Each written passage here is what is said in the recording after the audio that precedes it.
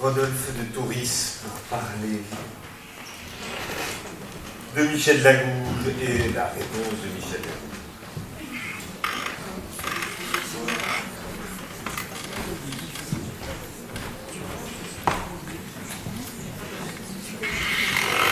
Bonsoir.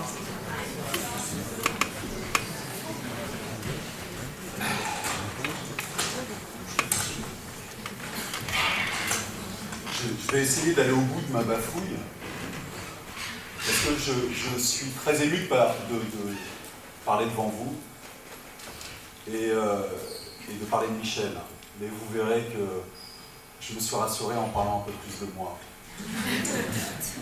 Michel, il est là, on l'a rangé là.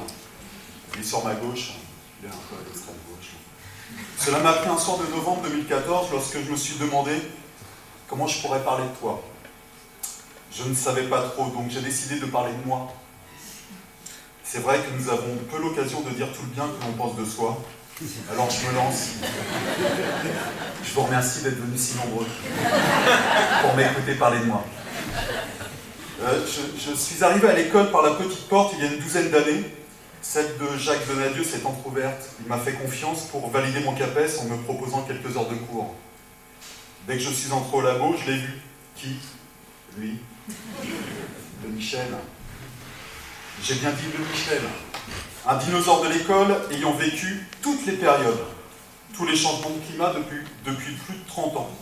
J'ai donc vu Michel assis au labo, son stylo plume à encre violette, à la main, concentré à corriger ses copies. Les Duboff, Glandu et autres parsemaient probablement déjà quelques pages. J'ai senti tout de suite une puissance de travail et surtout une attention pleine de tendresse pour les élèves. Levant le nez de ses copies, il m'a tout de suite accordé toute son attention et sa bienveillance. Je veux dire par là qu'il a commencé avec moi son travail de transmission. Non pas une transmission passive, mais une transmission active, faite d'échanges, faite de confrontations, faite d'arguments. Je me suis alors mué en éponge, m'essorant de temps en temps car je n'étais pas d'accord avec tout. Une question de chimie, une question de physique, une question sur tout autre sujet, Michel les accueillait. J'aurais pu me sentir plus con, bien non. Michel, c'est un ch'ti, un gars du Nord tout en humilité, qui ne la ramène pas sur ce qu'il connaît, et il en connaît, une mémoire de mammouth. Bon, je m'y perds un peu, je vous rappelle que vous êtes là pour m'écouter parler de moi. Après validation de mon CAPES, j'avais dans l'idée de passer l'agrégation. Devant ce que j'avais appris, le matériel, la qualité de mes collègues, j'ai continué jusqu'à mon admissibilité. Et là, Michel a failli. Et oui, le grand Michel qu'il est, le généreux, l'altruiste, a failli, car j'ai hésité à aller aux oraux à cause de lui. Que je vous raconte un peu. Après mon admissibilité, je lui ai envoyé un mail pour lui demander des conseils, des idées sur les montages de chimie. Rendez-vous fut pris rapidement. Michel avait préparé, comme il le fait à chaque fois, un rapport plus qu'exhaustif des montages avec toutes ses idées. Au bout de 10-15 minutes, pas plus, j'avais l'impression que tout le boulot que j'avais fait était acheté. Parfois, je ne comprenais même pas de quoi il me parlait. Je pensais que j'allais vraiment au casse-pipe. J'ai arrêté quand même Michel au bout d'une heure. Alors, mon admission, je lui dédie, comme à l'ensemble de l'équipe. Brigitte, ma tutrice, Valérie, Montaigne, Sébastien, Philippe, sans oublier Marie-Agnès Laëllec, Monsieur Keane, et bien sûr, notre regretté Alain Payet.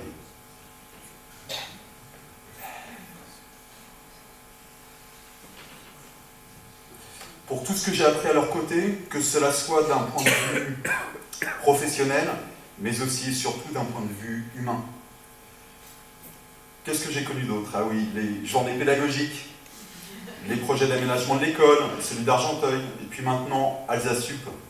Il n'a pas sa langue dans la poche, Michel. Il dit haut et fort ce qui lui tient à cœur. Néanmoins, ce n'est pas un genre qu'il se donne. Si vous l'écoutez bien, il pose d'abord ses arguments.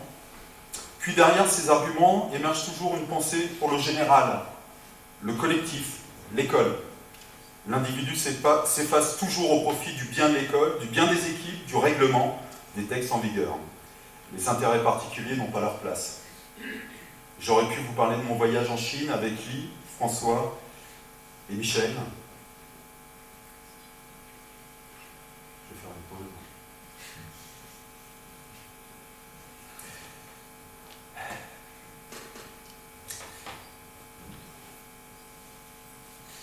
Excusez-moi, vous êtes mal assis, ça fait 2 heures.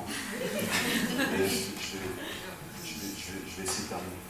J'aurais pu vous parler des habitudes matinales de Michel, de sa passion pour le jazz, de son désir d'apprendre, de comprendre, de partager.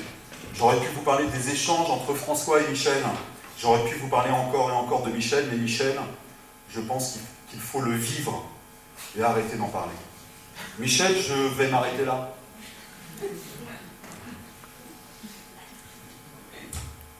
Bouge pas la tête comme ça, Michel. Parce que là, j'en viens en remerciement. Donc Michel, je tiens à te remercier de m'avoir nourri. Je tiens à te remercier de m'avoir montré sans rien m'imposer.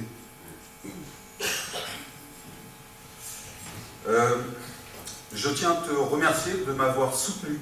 Je tiens à te remercier d'avoir été.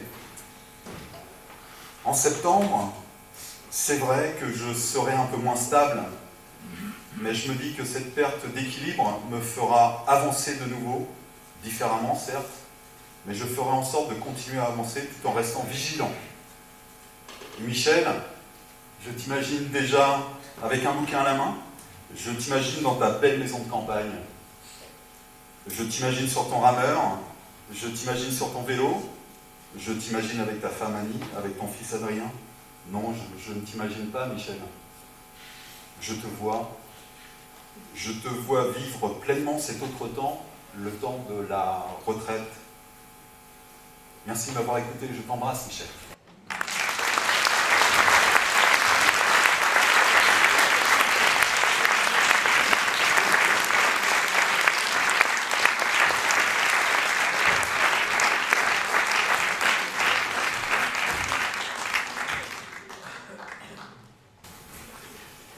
C'est difficile, il est tard, je suis fatigué, je vais essayer de faire court, et ça va être compliqué.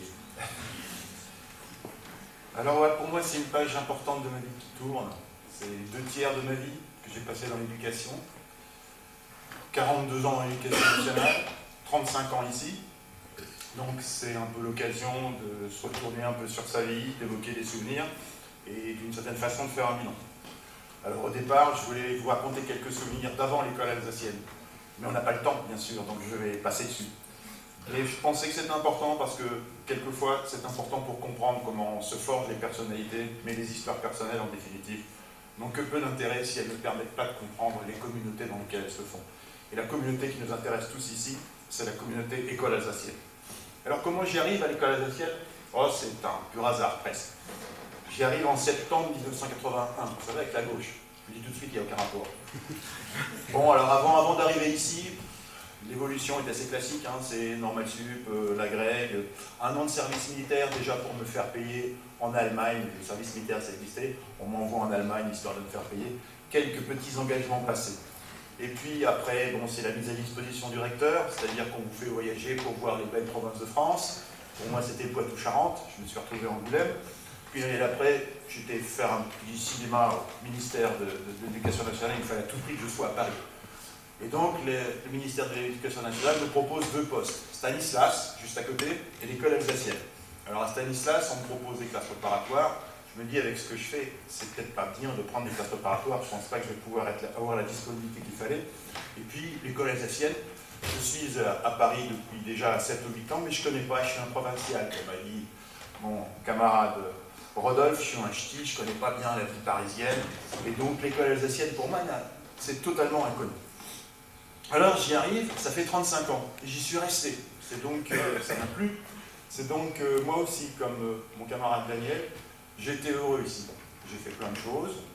J'ai pu rencontrer aussi beaucoup de gens. Il y a beaucoup de gens qui ont été évoqués par Daniel. Je ne vais pas les évoquer à mon tour parce que je vais à coup sûr en oublier. Mais quand on a des rapports avec des gens, quand on se rend compte de la richesse qu'ils ont, quels que soient les horizons dont ils viennent, ça vous marque, ça vous change un monde. Je voudrais juste évoquer un souvenir qui change les choses. C'est, bon, à une époque, j'étais souvent à côté du bureau de Claude, dans la salle d'informatique, et je travaillais sur les ordinateurs, et à l'époque, il y avait Joël Bellassène qui était là. Daniel a évoqué le petit film qu'il avait fait, et Joël Bellassène, à l'époque, avait lancé une expérience de l'apprentissage du chinois chez les petits. Et donc, il venait avec une dizaine d'élèves, leur présentant son film, je pense, et il avait fait, si mes souvenirs sont bons, aussi un CD, et il leur expliquait les caractères chinois. Alors, les caractères chinois, devant des petits, évidemment, il y a l'aspect du dessin, c'est ça qui leur plaît, et alors, en plus, le dessin décrit par Joël Bellassène, c'est extraordinaire. Quand on apprend, là je le fais sous le contrôle de Malanche, quand on apprend que se reposer, vous savez, c'est un homme contre un arbre. Quand on apprend que l'automne, qu'est-ce que c'est? C'est un arbre qui est en feu. Ben, vous auriez vu ces enfants scotchés devant l'écran, écoutant presque religieusement, dans un silence impeccable, au-delà du bruit de la voix de Joël, c'est quelque chose d'assez extraordinaire. Et je pense que des personnalités comme ça, il y en a eu d'autres. Je vais les évoquer très vite, Lamy, Hamon, Varenne, Alain Paillet, tous ces gens-là ont apporté quelque chose de très fort et qui, effectivement, m'a beaucoup marqué. Alors je dis, j'étais un professeur heureux ici, un professeur même comblé. Alors pourquoi comblé? D'abord, je suis un prof de physique. Alors quand on est prof de physique, on est prof de sciences expérimentales. Et donc, qu'est-ce que l'on veut? Eh bien, on veut manipuler, on veut faire des expériences. Alors, quand je suis arrivé ici, les salles n'étaient pas celles que vous connaissez.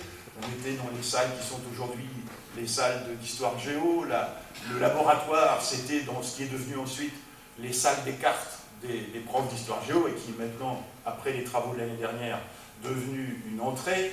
Mais donc, on avait des locaux extrêmement exigus, pas du tout adaptés. Mais à vrai dire, c'est pas grave. C'est pas grave, pourquoi? Parce qu'il y avait une équipe absolument extraordinaire.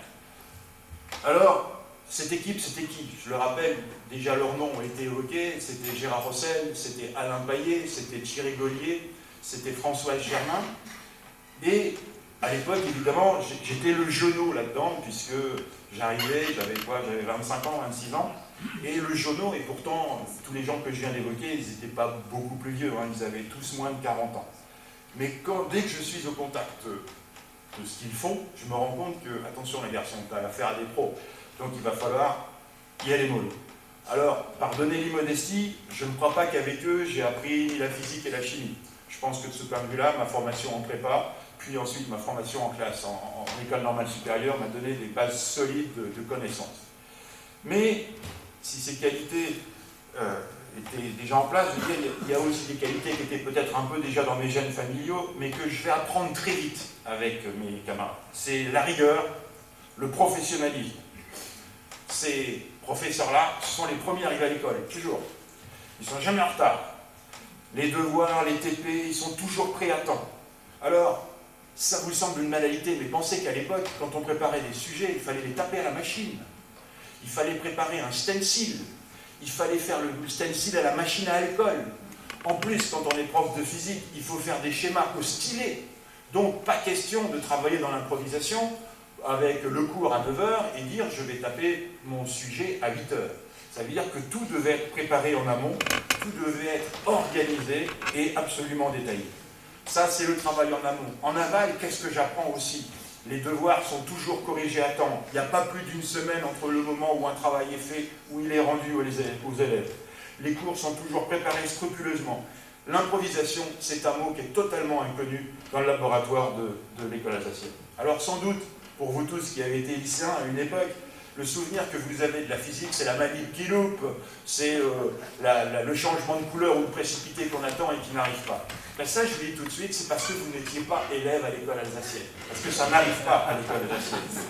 Avec la bande Paillet, Ossel, Gaulier, les manips, elles sont testées au cordeau.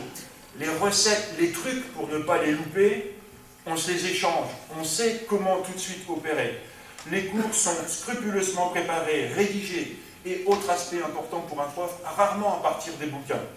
Je l'ai déjà dit dans d'autres circonstances, quand je suis arrivé à l'école, l'école avait le statut de lycée expérimental, ce qui voulait dire que les collègues travaillaient non pas sur des programmes qui étaient définis par les ministères, mais par des programmes qu'ils écrivaient eux-mêmes en collaboration avec d'autres collègues qui travaillaient également dans des lycées qui avaient le même statut. Alors pour cela, on ne peut pas suivre un bouquin. Ça veut dire qu'il faut écrire ce qu'on va faire, il faut bien sûr s'informer avec de nombreuses sources, mais il faut trier, il faut organiser, et il faut faire sa propre mouture du bouquin. J'ai été formé à cette école-là avec eux, et je pense que c'était vraiment une très bonne école. Et évidemment, quand on prépare sa propre mouture pour soi-même, quand on prépare sa mouture pour les collègues avec lesquels on travaille, après, suite logique, on se dit, ben, la mouture, autant qu'on en fasse profiter l'extérieur, et donc on va écrire des livres. Et donc, avec eux, ils avaient déjà commencé, avant que je n'arrive, mais avec moi, on en a fait beaucoup plus. On a commencé à écrire des bouquins chez Hatier, chez Bordas, des bouquins d'exercice, des bouquins de cours, etc. Et là, je voudrais revenir sur l'hommage que j'ai déjà fait à mon camarade Alain Payet, qui était vraiment le pro de l'affaire. C'était lui qui organisait tout, qui était capable à la fois d'organiser les modèles.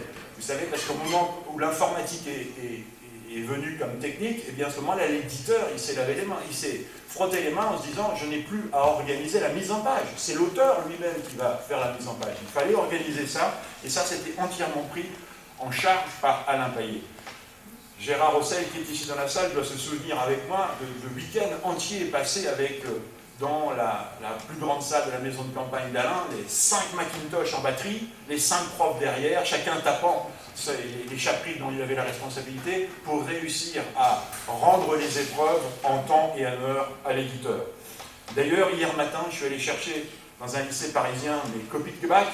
Et ça m'a fait tout drôle quand une jeune dame est venue me frapper sur la porte et me dire « Bonjour monsieur Labouille, je vous connais parce que j'ai fait mes études sur vos bouquins Bordas en seconde, en première, en terminale. » Alors c'était un charmant propos, certes flatteur, mais à vrai dire ça m'a mis un petit coup sur la nuque parce que ça m'a rappelé quand même l'âge de mes artères. Alors je dois dire que j'ai eu beaucoup de chance de travailler avec une équipe pareille, motivée, bosseuse, stimulante. En plus une équipe qui était très attentive aux nouveautés, qu'elles soient aussi bien technologiques comme l'informatique. À l'école, je pense que c'est en sciences physiques que l'informatique a été introduite le plus rapidement, le plus massivement, et justement, ça nous a permis de faire énormément d'innovations pédagogiques. Alors, nous avons aussi, excusez-moi, pu lancer de nombreux projets, et ça aussi, c'est un aspect qui a été déterminant dans ma vie, c'est que de pouvoir proposer des choses, de pouvoir les organiser, et quand on le proposait avec un cahier des charges bien défini, toujours la direction, pour commencer au début évidemment avec M. Accard, ensuite avec M. Fuchs, ensuite avec M.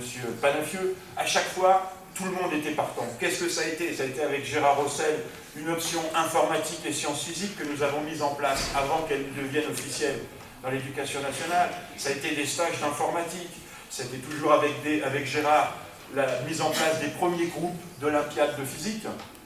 Et on a vu cette année que, je veux dire, de cette tradition continue et arrive au meilleur niveau.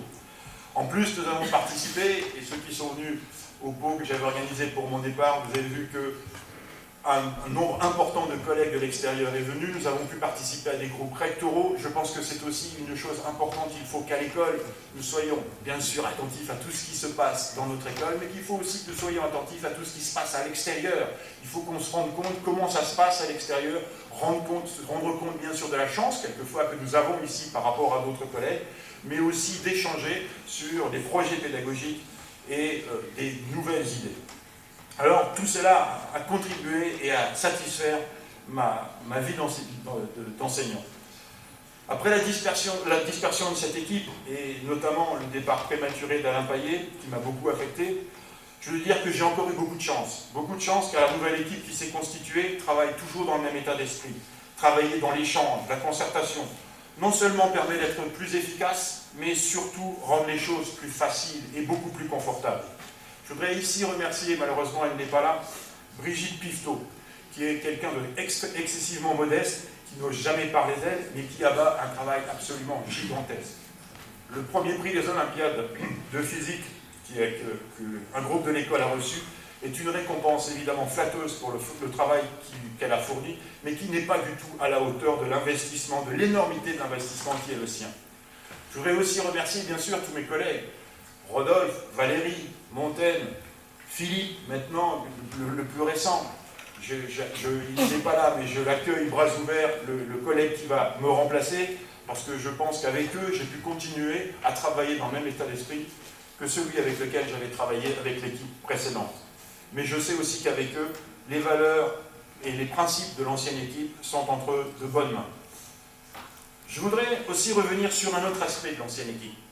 Parce que cette équipe n'était pas simplement engagée dans son travail d'enseignant, elle était aussi dans les instances de l'école, dans son fonctionnement, ses valeurs. Gérard Rossel m'a rappelé qu'il a été secrétaire à la fin des années 60 de l'autre siècle, des premières assemblées qui existaient au sein de l'école avant que n'existent des instances légales comme les DP, les CE, etc.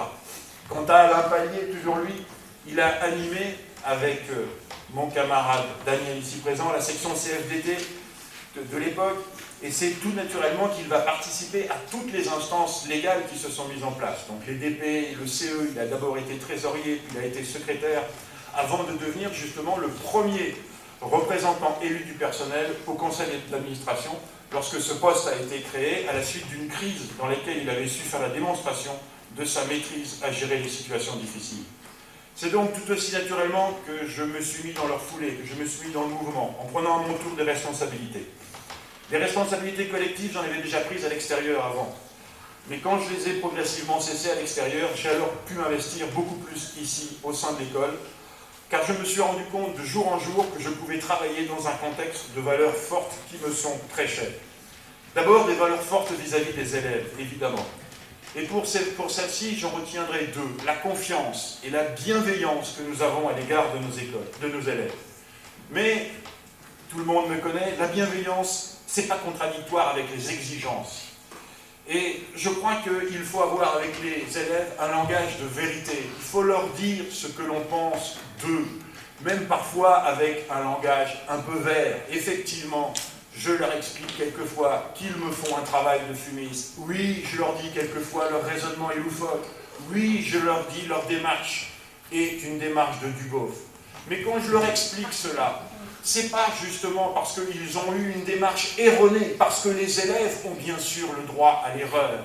Quand j'utilise ces qualificatifs-là, c'est parce que ce n'est pas une démarche erronée, c'est une démarche qui correspond à de la paresse physique, quelquefois, et souvent de la paresse intellectuelle. Et je pense que ce langage de vérité, les élèves ont suffisamment d'intelligence, et il faut faire le pari de l'intelligence. Ils ont suffisamment d'intelligence pour le comprendre et se rendre compte que ça les aide à progresser. Ensuite, je disais, je fais le pari d'intelligence avec eux et je fais toujours le pari d'intelligence en leur faisant confiance sur la capacité à changer. Au passage, Rodolphe l'a signalé, le fait que j'utilise souvent ces qualificatifs, il y a, je ne sais plus, 10 ans, les élèves, ils ont dû se rendre compte que mon âge avancé, ils m'ont donc offert des tampons avec le Duboff, avec le loufoque, et j'avoue que je ne me suis pas privé de l'utilisation intempestive de ces tampons. Alors, je disais, oui, il faut être exigeant. Exigeant dans le comportement, exigeant dans le travail, oui, ça c'est assez banal dans un contexte pédagogique. Mais il faut aussi être exigeant et ambitieux dans les objectifs qui doivent rester pluriels. Notre école n'est pas une boîte à quelque chose. C'est pas une boîte à bac, c'est pas une boîte à préparation, c'est pas une boîte à préparation à telle ou telle étude supérieure. Il ne faut pas confondre les buts et les moyens. L'ambition de l'école alsacienne, elle ne peut pas se limiter à se préparer au mieux à un concours. Il faut qu'on ait une ambition plus grande, à savoir les ouvrir sur le monde, afin qu'ils prennent plaisir à le découvrir avec rigueur et intelligence. Et si boîte il y a, puisque mon camarade Daniel l'a signalé, effectivement, je veux aussi, moi, rappeler cette boîte à caramel. Et dans cette boîte à caramel, ce que j'ai retenu, c'est qu'il n'y a pas de couvercle. À savoir que toutes les disciplines sont importantes. Et toutes les disciplines se nourrissent mutuellement. Les mathématiques doivent se nourrir des sciences expérimentales dans lesquelles on les utilise. Les sciences expérimentales doivent se nourrir des disciplines littéraires, de l'histoire, de la philosophie, sans parler des disciplines artistiques qui constituent une marque de fabrique de l'école. Être intelligent, c'est pas savoir, c'est relier, c'est mettre ensemble. Et là, je fais ça sous le contrôle de mes collègues latinistes, l'étymologie d'intelligence, c'est interlegere, c'est lego, relier, rassembler. Et justement, je crois que le principal travail d'un enseignant, c'est de savoir raconter des histoires dans lesquelles il se charge de relier les choses, de les structurer, de structurer les faits, qu'ils soient expérimentaux, historiques, littéraires, en leur apportant de multiples éclairages. Par exemple, pour parler de la chute libre ou des lois cinématiques qui la régissent, il faut parler de la Renaissance, il faut parler de l'évolution des idées qui vont d'Aristote à Galilée, il faut parler de la démarche expérimentale de Galilée, il faut parler de ces outils qu'il a su faire créer par les artisans de Florence et que justement nos élèves peuvent aller voir quand ils vont au musée des sciences en face des offices à Florence. Je crois que les élèves apprécient ce mélange des genres. La connaissance, c'est un gigantesque puzzle.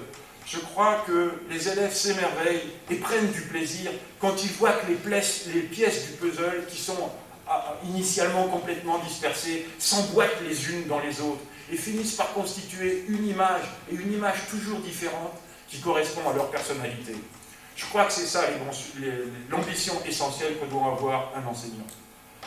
Mais les valeurs fortes de l'école alsacienne, elles ne se cantonnent pas au domaine de l'éducation de nos élèves. Et je crois qu'il y a quelque chose de plus dans notre école. À vrai dire, je crois que ce sont des valeurs qui devraient prévaloir dans toutes les communautés humaines. Mais malheureusement, c'est loin d'être le cas. Toute communauté humaine a pour objectif d'agir sur quelque chose, de faire. Mais l'action, la décision ne peuvent se faire n'importe comment. Elles doivent se faire dans le respect, dans l'attention, dans l'écoute, dans le dialogue, dans la concertation, dans l'échange. Pas simplement parce que ces notions sont des gages d'efficacité, mais parce qu'elles représentent ce qu'il y a de mieux dans le comportement humain. Mais ce n'est pas spontané. Les pressions sont nombreuses pour aller contre cela.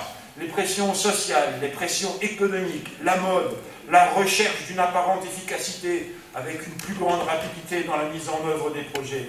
Tout cela demande un effort permanent. C'est là qu'il faut accepter les garde-fous qui sont nécessaires justement pour protéger des débordements, des renversements. Pour moi, c'est ça la véritable démocratie.